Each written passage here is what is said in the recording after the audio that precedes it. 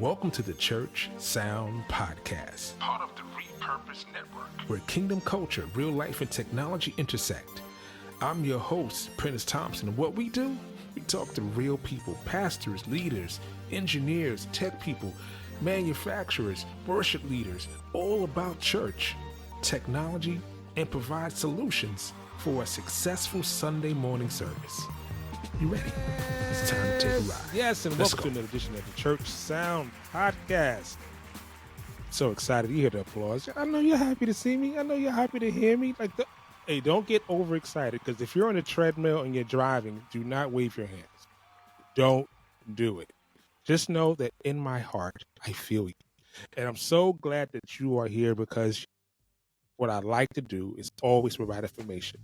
Always kingdom culture, always real life, and always technology, because that's where everything kind of intersects. If I can get an amen, I can hear you in the ether, doing your head like your auntie in the church. Amen, amen, amen, amen. You got to do it. Hey, listen, while you're here, and if you're listening, why don't you like, subscribe, review, and share? Sharing's caring. Last time I checked, it's not a scripture in the Bible. I put it in mine. Sharing is caring. And so today, because we like to focus on culture, because we like to focus on technology, and because we, like I said, we focus on real life and real life scenarios, we're going to talk about a real life scenario. And I think it's very, very, very important. And so with me today, I have a guest today.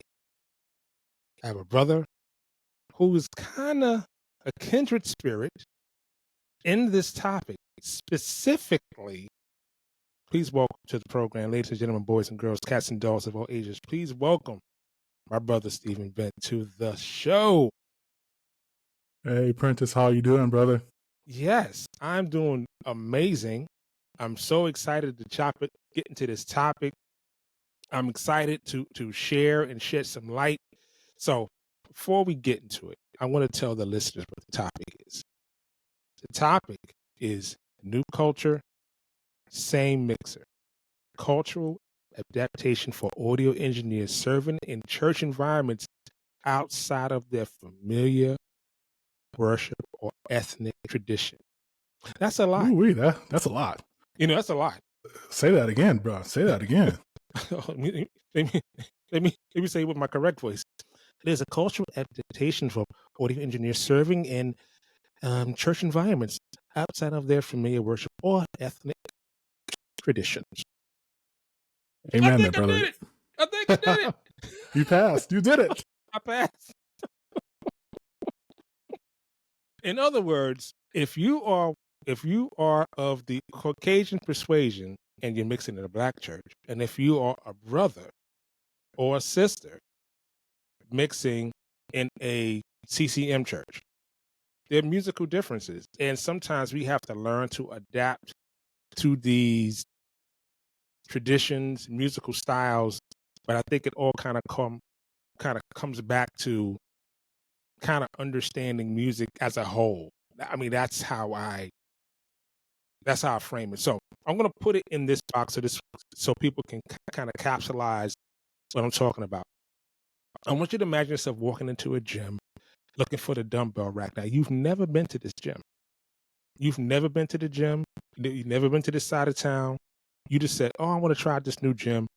And at your gym that you normally work on, and you know where the dumbbell rack is. But at this gym, you don't know. But you know it's there. And that's the same thing walking into a church, mixing. It's the same mixer, just a different culture. Absolutely. So it's a different culture. What do you say to that, sir? Well, Press, it's really an interesting topic, because I think our listeners need to understand that, before you even dive into something like this, you really have to understand your audience first. You really have to understand what you're walking into. Because if you use that analogy that you just said about the gym, and, you're walking into the gym, you're not familiar with this particular gym, but if you understand how a gym works, you can figure out, you can make it work for yourself. Now, for those of you who are watching this video, you can see that I don't go to the gym. You can see that. It's pretty apparent. So I wouldn't know my way around the gym. I would be just as lost as, oh Lord. I need to help you, sir. I need to help you. I need to help you. Keep you I know. young. Keep you young. I'm working on it. I've lost 30 pounds over the past couple of weeks. So, I'm working on it.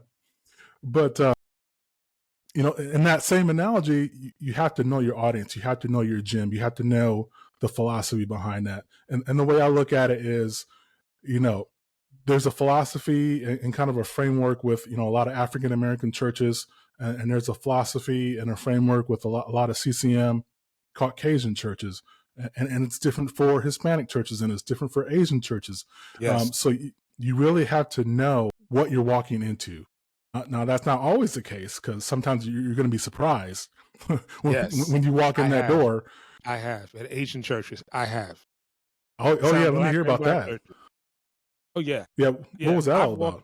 I've walked into Asian church, and they sound blacker than any black church. Yeah. I mean, the crazy thing is that I really realized, I know we're going off topic. Pardon me to go off topic for just for a moment. I remember being on tour, right? Now, mind you, I was on tour with a reggae artist by the name of Aini Kamosi. He had a really big hit called Here Comes the Hot Stepper. Yeah, sure. And I was on tour with him for I want to say 2 years. I went all around the world with this guy, and it would never fail. It didn't matter what country we were in; they knew all the lyrics and did not speak the language. And it's kind of the same thing. You know what I mean? It's kind of the same thing. So the question is, because we like to have people walk away with solutions, and I think that is the most important thing. Is learning to navigate worship across cultural lines. That's the easiest way to say it. So I want to capsulize this in what I call musical colors. If you kind of look at the rock power trio, which is guitar, bass, and drums, you can kind of compare that to an organ, 3 parts at the same time. And it's the same philosophy, but it's all about musical coverage. So to be successful in this atmosphere, whatever you're in, you got to understand the music. And secondly, absolutely, you have to listen to music. You have to listen. That's the first rule, is that you have to listen to music. And then you can understand what you can bring to it. You know what I mean? Now, can I add to that? I know a lot of us as, Christians, we tend to listen only to worship music. And I'm sorry to offend those out there, those sanctified folk who only listen to worship music. And there's nothing wrong with that. Don't get me wrong. Hear me out. But in order to be a well-rounded engineer and musician, you have to think outside of the box of the church. Because you have to understand that a lot of church music, especially in Black culture, came outside of the church. Yes.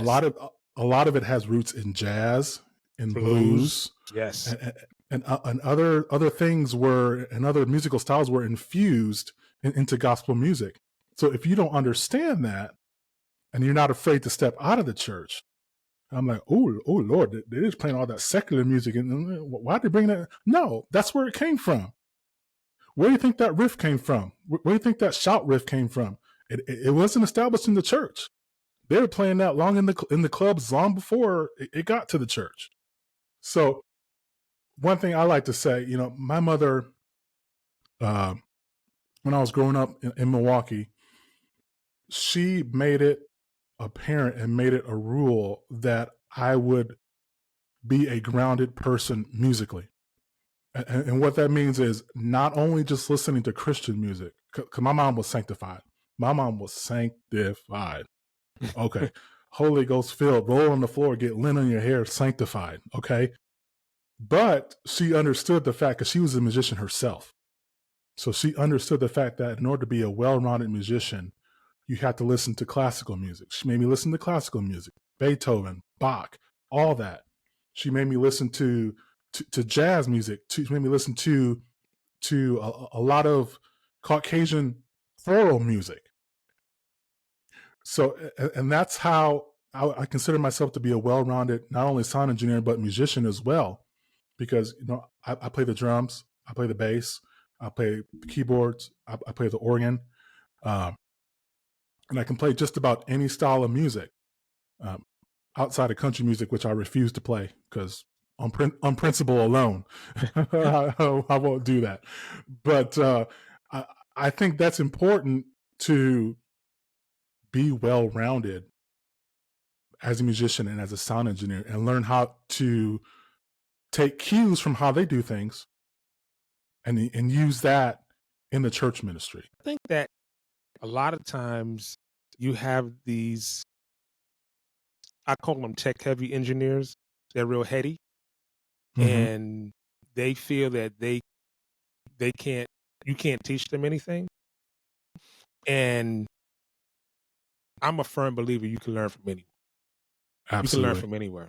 I remember when I was a kid and I wanted to be a DJ, and I took my book money because I went to college and I had my book money, and I went and got all used books.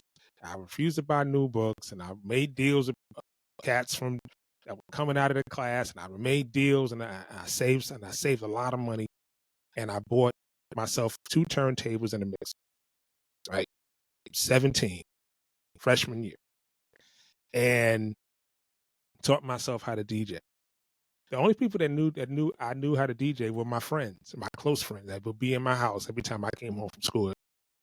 If my mom would let them in the house, they would be home before I got home. Right. So this one day, we visit my cousins in the Bronx. I lived in Harlem. We visit my cousins in the Bronx.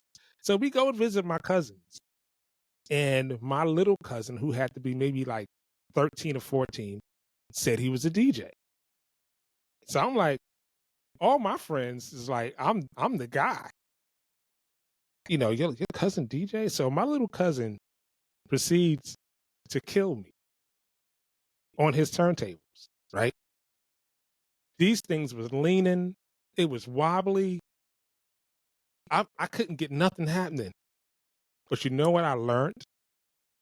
Is that he knew his gear. Mm-hmm. He was familiar with what he had. And because mine was considered professional, and it didn't rely on any other antics to make it work, how to balance the needle, how to balance this record, because this record, you know how this turntable is, you know how the table is, you know how it's going to respond to your hand movements and how light and how soft and how heavy you have to touch the record. Because that's what he did all day on his rickety set. I couldn't get nothing happening because he understood his gear. So I walked away embarrassed, but I walked away learning. And I say that to say this: you have to be a social translator when it comes to your role as an engineer. You're just not managing your sound. You're navigating expectation. You're navigating tradition. You're navigating expression. Understanding that certain sonic decisions, no matter what the congregation is, know the difference between volume and presence in the cultural terms, not just loudness. Understanding cultural communication differences and how can it affect your critique or your direction. All that stuff comes from just being a social translator, knowing what to translate. What advice would you give an engineer walking into a situation where they're not familiar? I think you hit something very important when you said this person knew their equipment. And I think that's very important for sound engineers when they're walking into a situation, especially a cultural different situation they're not used to. If you understand your equipment, I'm not necessarily talking about a specific piece of equipment, but I'm talking about understanding how the workflow of a mixer works, understanding, compression, understanding gating, understanding the basics.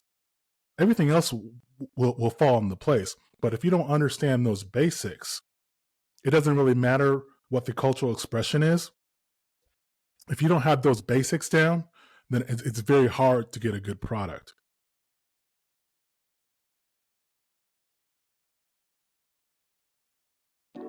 Is your church sound in the building and online more of a prayer request than a solution? Small church, big sound problems. You are not alone. My name is Prentiss L. Thompson, media consultant, trainer, and the host of the Church Sound Podcast. I help churches of all sizes deliver clear sound in the sanctuary and online, not by overspending, but by training your team, creating a smart, scalable strategy, and using the gear that you already have, usually with just a few key upgrades where it counts. I am located in the Columbia, South Carolina area. I can personally visit your church and help you to stop surviving Sundays. If you are in the neighboring counties or wherever you are, you can also book a free video consultation. 30 minutes. That's all I need to be able to help you thrive on Sundays. Visit invisiblemediaconsulting.com. Someone will contact you. But I would say to those who are new, and walking into an expression they're not used to, I would also suggest that you understand their culture as well. For example, I was invited by a local church here in town to come and kind of take a look at their system, see what they had running, and offer suggestions. Little did I know about the culture of this particular ministry. And the worship leader was a younger guy, Caucasian brother, love him, great brother. But he did not tell me about the culture of this particular church. So I walk in, and have you ever walked into one of those old churches where you walk in, like, what type of church this is? It has that old... Oh, I call it red carpet and wood paneling. There it is. Yep. That old musty red carpet, baked in smell that's been there for centuries. So it was that type of ministry that I was walking into. I'm like, oh dear Lord, I hope there's not like people buried in the basement or something, because dear God, it smells like it. But he was telling me that this ministry is basically 65. The median age is about 65 years old. Median? Yeah, median. And I'm like, oh dear Jesus, this is going to be interesting. And he was saying it was primarily a Caucasian church, 65, 60, 70, hitting the 80s and maybe even a 90s sprinkled here and there. So I'm like, oh, okay. So he walks me up to the console, which is in the balcony, by the way. I'm like, okay, red flag number one. I'm like, okay. So he walks me up there, and they have this mixing board. I can't remember the technical name of these old mixing boards that are in a box, has like 5 channels on it, and the output goes directly to. Well, actually, the amps are built in. It's like a mic. Oh, it's a powered mixer. Yes. And it has the carpeted cover to it. It looked like it came like a PV system that came directly out of the 70s. Right. Yeah. Tops, so I'm 1982 like, tops. Exactly. So I'm like, okay, Jesus, take the wheel here. Help me out here. But understanding that this particular culture of 60 to 80-year-old people did not like a dB reading over 80 dB. Oh, no. I'm like, okay. How many seats was the church? About? I would guess maybe 200, 250. It was a smaller church, like not really too big. Yes, exactly. So then I had to think differently because a lot of the music, I mean, they didn't have any instrumentation except for a keyboard player, vocals, and a worship leader.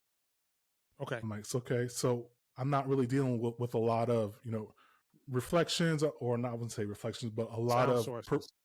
percussive music and a lot of sound sources, so this might be very, very interesting.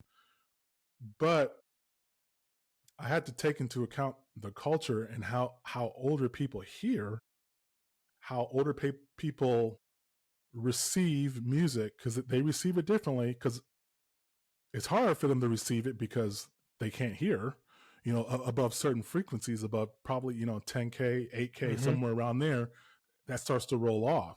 So you have to take that into consideration as well.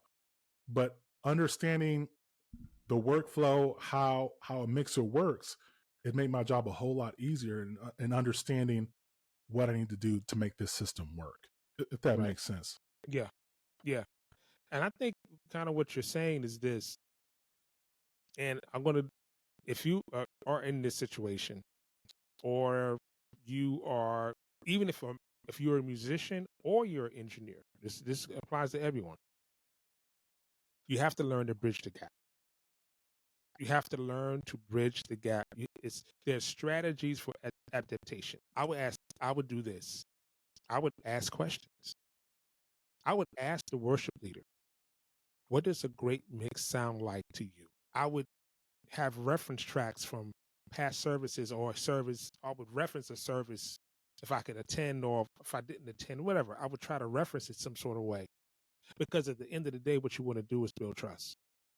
You want to build trust to the point where they trust you with their sound. And I often say this, and you've probably heard this on the show, is that my job as the engineer is to make sure that you're able to minister freely, so that whatever you need to be comfortable on stage, it's my job to make sure you get it. Or if I can't give it to you, I have an explanation. I have a reason why, I can't put the whole band in this front wedge, because the wedge is too close to the wall. It's going to reflect. Can we do this? Can I turn it down and you step up closer if you can, and let me just roll you off out of that so I can get a better blend? What would you like in your monitor? The drums are right here. You don't need the drums here. Can I just say, put keys here and the vocalist? Is that cool with everybody? Because I'm trying to make sure, and these are the conversations I have. And see, these types of questions tell people that they can trust you, and that that you're willing to negotiate. Because Absolutely. you cannot negotiate with someone when they know that all you're going to do is want your way. Because there's a balance to everything. There is a balance to everything. So you have to build trust. Engineer to engineer, musician to musician, musician to engineer, pastor to engineer, pastor musician. All of these things require trust. All of these things require trust. And the last thing you want is to get someone embarrassed in front of them, in front of the people. Mm-hmm. The Absolutely. last thing, I've done some horrible things as an engineer. I can tell you, I've done some horrible things on purpose to people who were jerks to me. Yeah. And they learned a horrible lesson. And then two, it wasn't good for me. It wasn't good for me. So at the end of the day, kind of what I'm saying is that you have to build bridges. And what's the best way to build a bridge? It starts out with the conversation. I don't know why a lot of engineers have trouble conversing, with leadership. And, we want to come in thinking that, we know everything. We don't need to talk to anybody. We don't need to converse with anybody. We don't need to talk to leadership about what they want. I know everything there is to know about audiology. So, who are you to tell me anything? That mindset is very dangerous. I think of it like an interview. When you go into an interview, you are conversing with that interviewer. You're learning about that particular job, about that company, and you're having a conversation. Well, it should be the same way when, as musicians or even as audio engineers, when we're walking into a space that we're not familiar with. Okay, let's talk about it. Let's talk about your culture. Tell me about your culture. What goes on here? What do you like about your setup? What don't you like about your setup?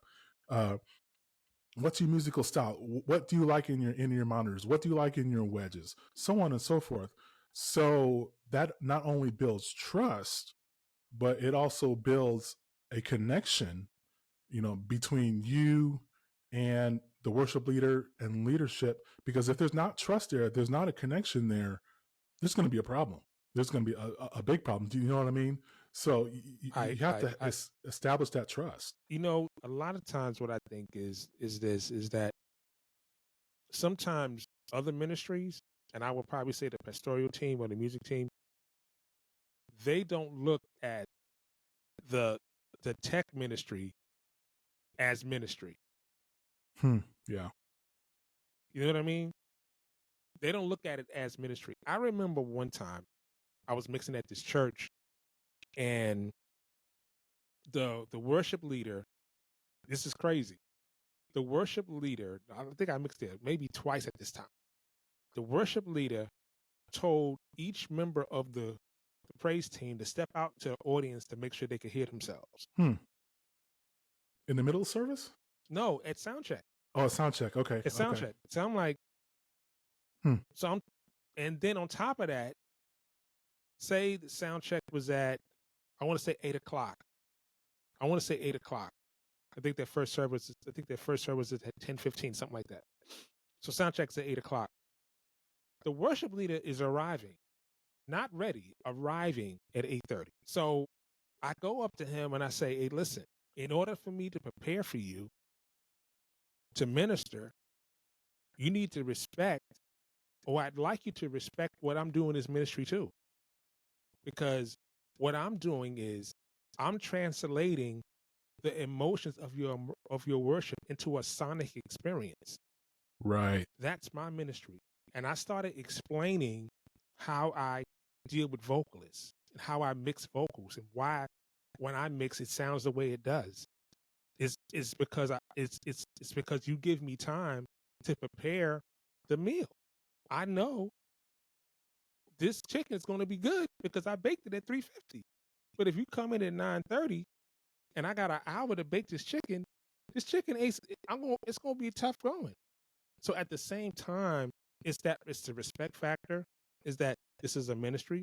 And then moving forward is, I think, really understanding the music.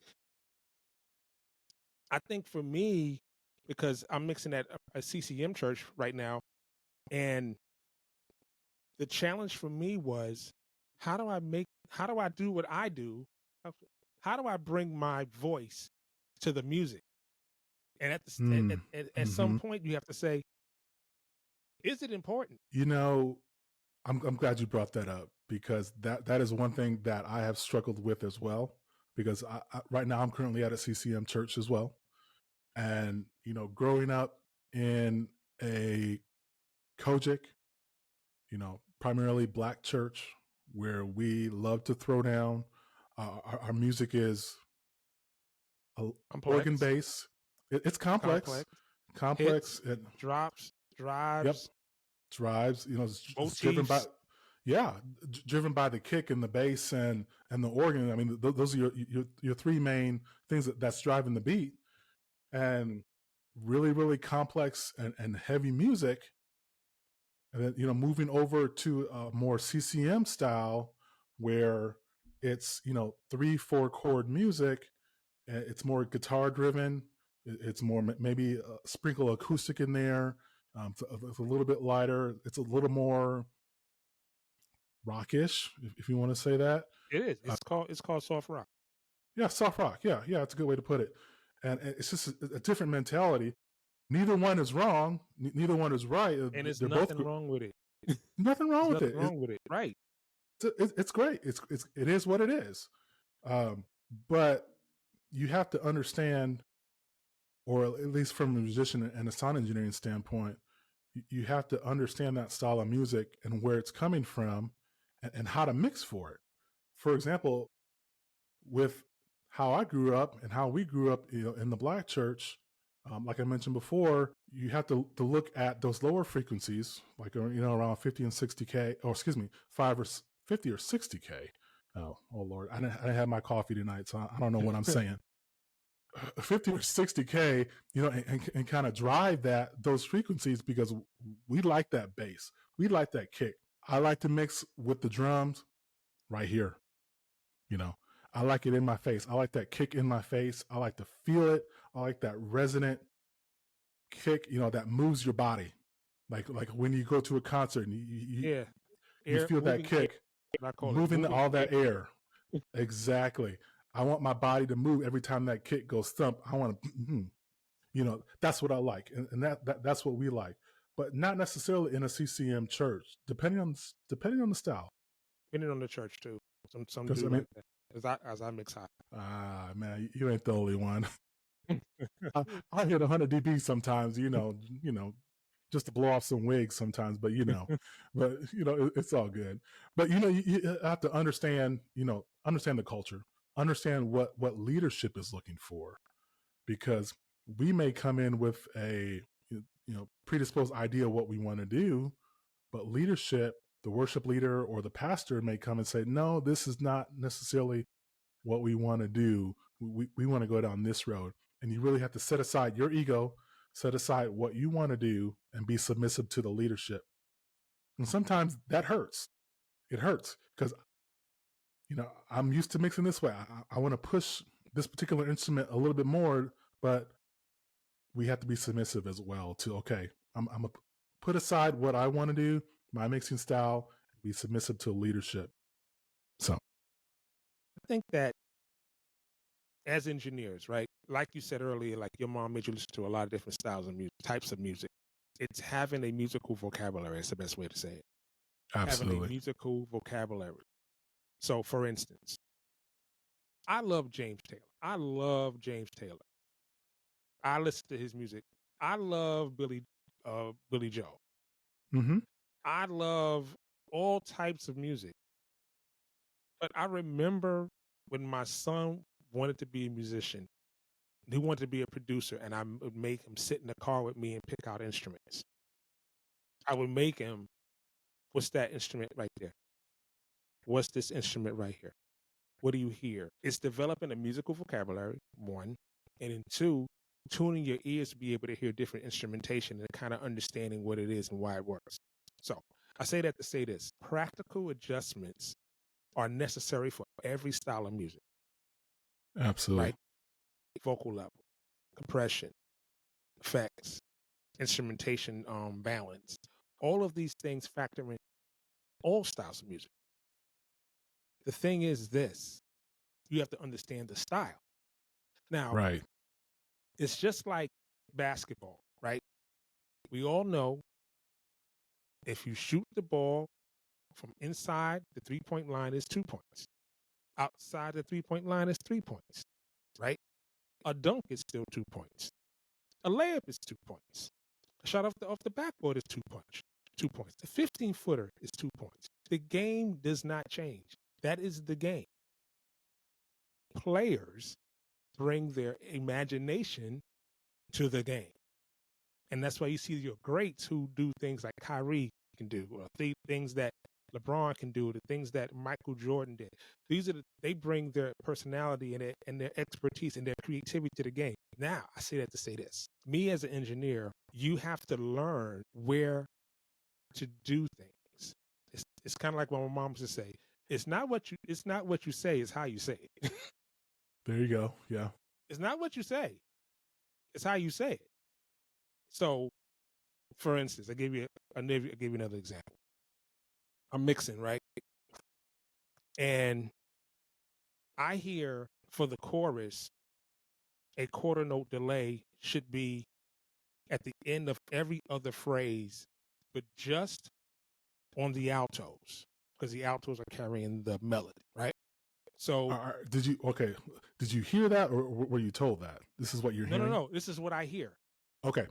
This is what I hear. I hear this quarter note delay would add so much to the worship that by the time he or she comes out of this note, I know that the acoustic guitar is going to pick up on the 2 because I know music and I know timing. Yeah. So that's what I did. I added a quarter note delay, and I would do it on every other phrase. And then on the drive, I did an eighth note, right? And I would swell the reverb with a little slapback, just a hair of it, just to add some essence to it, right? Mm-hmm. Mm-hmm. Then on the playback track, they had an acoustic guitar, and they had an acoustic guitar on stage. So I said, okay, this is what I'm going to do. I'm going to pan the one from the playback to the left, not hard, maybe 12, 13. I'm going to pan the one on the stage, 13, to the right. Now I'm going to solo it in my ear to see if it complements each other. And it did. Right. So it's not what you say, it's how you say it. So inside of the confines of the music, you can add your color and your creativity, your technical creativity, if you understand, one, the music, Right. and two, the equipment. Absolutely. Absolutely. You know, I see it like being a painter. You know, Yes. a painter knows his medium. He understands the paintbrush. He understands strokes. He understands, you know, the actual piece of material that he's painting on. Now, every painter does not come out with the same outcome. It's going to be expressed differently, but the theory is there. They understand the theory of painting and everything that goes together. And I see it the same way with mixing. You have to understand the fundamentals. You have to understand music. I mean, that's the foundation. If you don't understand music itself, it's going to be very hard to mix. That's why I like to work with mixers and sound engineers who are musicians themselves, because they understand instrumentation. They understand the different frequencies that are involved with a particular instrument. So it makes it easier to mix. For example, you know, like I mentioned earlier, I'm a musician myself. I play multiple instruments. So I mix from a perspective of that. Okay, what do I want to hear if I were playing on stage? If I was on that B3 organ, or if I was on that particular keyboard, can I say B3? Because I have to be edited out, or I'm good. Okay, yeah. I just want to be sure. I don't want to get you in trouble. But you know, if I was on that B3 organ, or C3, C3, we can do an A1. You know, we can go there. If I was on that particular instrument and playing with the band, what would I want it to sound like? So I try to mix from that perspective. You know what? And to anyone who's listening, who's, you know, it could be frustrating. I'm going to keep it a bean. Oh, that's in my Harlem vernacular. Those of you who don't understand that, I'm going to be honest. That's the best way to say it. Okay. Yeah, so, there you go. It can be frustrating. It can be frustrating. But the thing I want you to walk away with is this. You are in the greatest position, because not only are you serving, not only are you using your gifts for the kingdom, but at the same time, you know what you get to do? You get to learn. Yeah. Yeah. You get to learn how to mix another style of music. Absolutely. Yep. And you'll never know how far it will take you, because you got pushed into this. You know, you got pushed into something that you weren't familiar with. This, it's just like, you know, I'm pretty sure the first time you rode a bike, it didn't go too well. No, the first time you drove a car,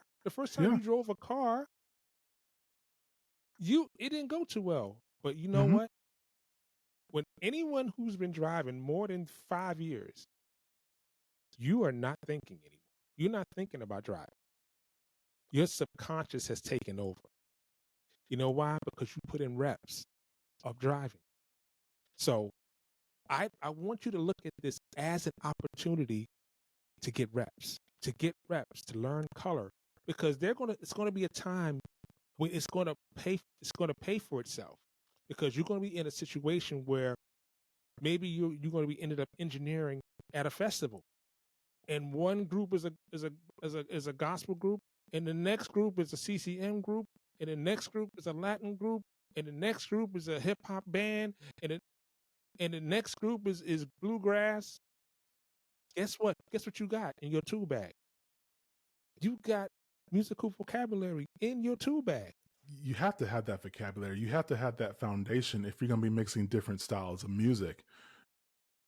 You just can't sit there.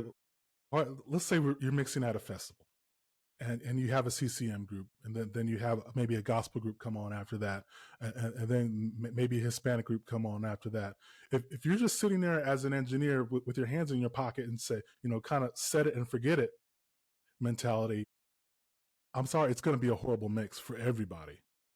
Because you got to understand dynamic, tone, all that stuff that goes with different cultures. You just have to understand your music. And also, I like what you said, about not being afraid to get into different environments, because you never know the opportunities that it may present.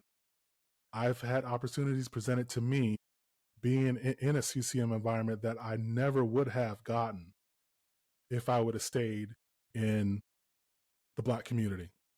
I'm sorry, that sounds harsh, but it's true. There were certain doors that opened up to me as a sound engineer that never would have opened up in that environment, because I was not afraid to walk out of that and learn a different expression and how to mix and how to even play in those different environments.